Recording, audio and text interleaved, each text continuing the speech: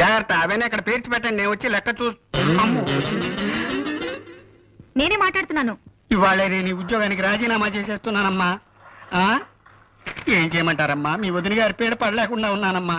ఆవిడ మా వదిన కాదు, ఆవిడ భర్త చంటపై కాదని తెలిసింది. అలాగా, అయితే చూసుకోండి ఎలా రెచ్చిపోతాను.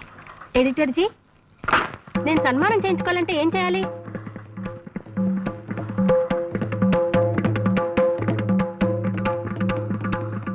మిమ్మల్ని నేను సన్మానం చేసుకోవాలంటే ఏం చేయాలి? రామకృష్ణ బీచ్ దగ్గరికి వెళ్ళి సముద్రంలో దూకాలి. ఎడిటర్ గారు, నోర్మోయ్, 4 రోజులుగా నా ప్రాణాలని పీచు మిఠాయిలా తినేసావు కదా రాక్షసి.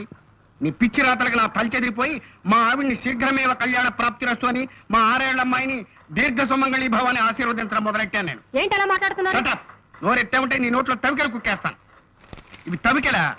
పిడకలు పిడకలు, నీ పాడి మీద పెట్టే పిడకలు. ఇవేమిటి ఏమిటివి? ఇవి కదలా కదలా అంట. ఆకుపచ్చ కన్నీరు, మెత్తని గుండ్రాయి, ఇనప గుగ్గిళ్ళు, బొప్పాసికాయి, ఇవి కదలా. నీ బొందని. ఎడిటర్ గారు, మీరు తిడుతున్నారని మా మామగారికి ఫోన్ చేసి చెప్తా, జాగ్రత్త. ఫోన్ చేస్తావా? వయబో, ఫోన్ చేసుకోవే. నీ మామగారికి కాదు, నీ బాబు గారికి చేసుకో. ఇదేమిటిది? ఇది నవల. దీని పేరేమిటి? కర్వేపదళము. చెప్పకండి. ఇదేమిటి? ఏమిటిది?